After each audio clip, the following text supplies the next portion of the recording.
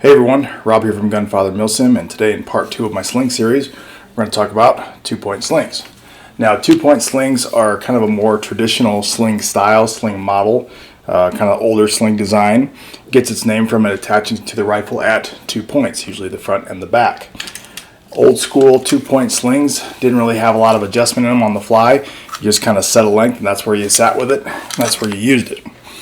More modern slings, current era slings, most of them have some sort of adjustment. This one has an adjustment here, so I can adjust the length of it on the fly. There's a great variety of 2-point adjustable slings out there, but more or less they come down to 3 different versions. 2 of them have adjustable kind of slider buckles like this. They either tighten it as you pull it away from you, or they tighten it as you pull it towards you. The last one kind of has a spring-loaded cam buckle.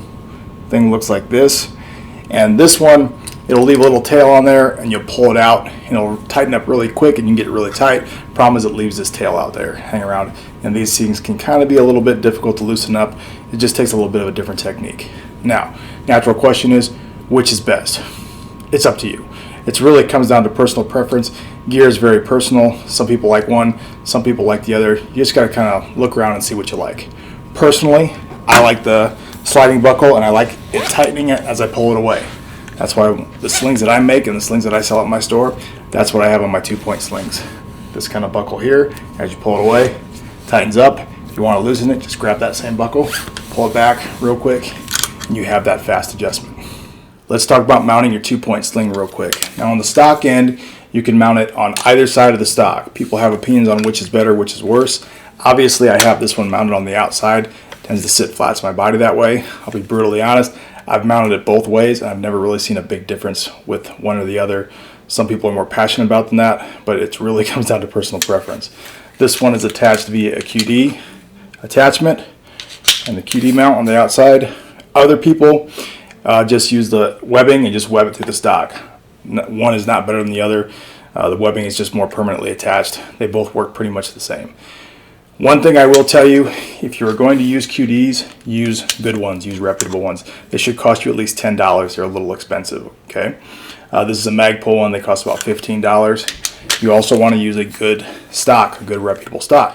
When I use a Magpul QD and a Magpul stock, I know it's going to be reliable. I know it's going to stay attached under pressure, okay? If I were to buy, let's say, cheap Amazon QDs that I find for $6 a pair, I would not trust your gun to that. They're probably not going to hold. Now, if you're using a cheap knockoff stock, listen up, airsofters, understand that these QD sockets are made to a certain spec, and I've found that some of the knockoff stocks and airsoft stocks aren't always to that spec. So you can use a high-quality QD, and you put it in a low-quality QD socket, and you can't trust it, it's going to fall out. Some people use them and don't have any problems. For me, I don't trust them. And I like my guns, I like my airsoft guns, and I don't want them to fall in the dirt, so I'm going to use quality stocks, quality QDs, if that's what I'm using.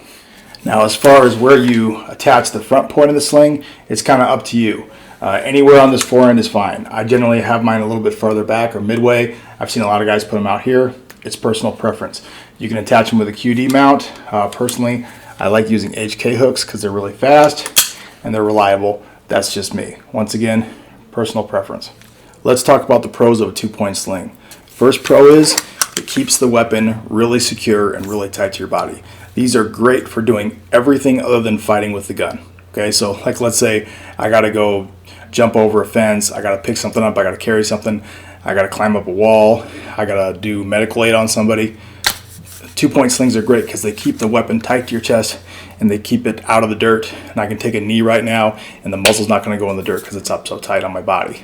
It's excellent for that. You'll notice when I have this weapon tightened up with a 2-point sling that this stock doesn't have a lot of movement and it stays right on my chest. As opposed to a 1-point sling that's attached right here, the stock moves all over the place. So it's real nice. It's going to keep this stock from hitting you in the face. It's not moving around. You'll also notice when it's tightened up all the way, the stock is really close to the pocket of my shoulder. So if I were to have to engage a target quickly, I could snap right up and engage that target. Okay, so it keeps that weapon right where you need it so you can snap up and use it in a hurry. Another pro, 2-point slings is really good for adding stability to your weapon when you're trying to do a precision shot. So let's say I'm up like this, I'm trying to stabilize the gun. I can wrap my sling like that around the forearm, and I bring my elbows in and it tightens that sling up across my back, and it just helps stabilize the weapon. Once again, like I said in the last video, when you do that, you want kind of support, but not tension. You don't want things shaking, you just want things to be steady. One nice pro of a 2-point sling, if I do have to transition to a handgun, and I just let my rifle go, it has a tendency to slide off to my support side and end up right next to me, okay? As opposed to a 1-point sling, which when you let it go, it tends to swing straight down and hit you in the groin. Now let's talk about some of the cons of the 2-point sling. First off, they're not nearly as versatile as a 1-point sling. If you're using them in close environments or you're trying to, let's say, switch shoulders, you can't really do it. The sling gets in your way. Not possible, okay? So it is kind of restrictive. Another con, if you have the sling really tightened up to a tight shooting position and you got to snap up in a hurry, if it's too tight, it can be kind of difficult to get this weapon up. There can be too much kind of tension here for you to get the weapon up into a good shooting position. Finally, the last con is because you have this webbing right here, this webbing can get in your way when you're trying to do reloads and stuff. Some people just don't like having this big piece of webbing kind of right in their workspace.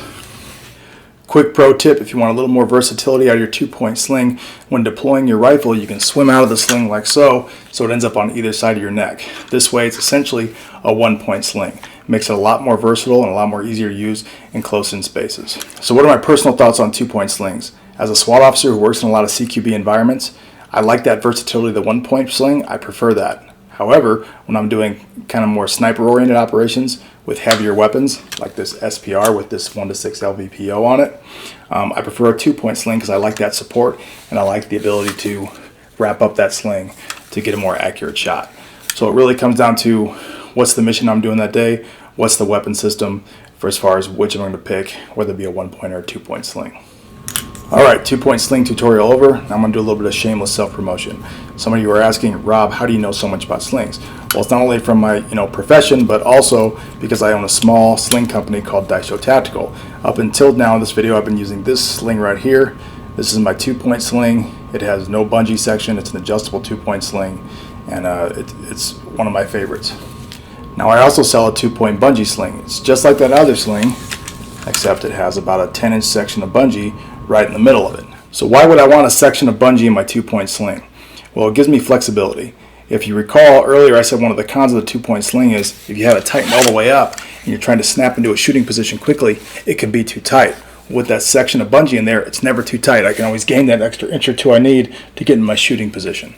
That flexibility also comes in handy when I'm trying to make a precision shot. So let's say I'm trying to stabilize the shot with my sling, and let's say it's too tight and I can't quite get my hand locked in around the forend of the rifle. With that section of bungee, once again, I have that extra inch or two when I need it to really lock in that shot. And I don't have to worry about the length being exactly perfect for stabilizing that shot.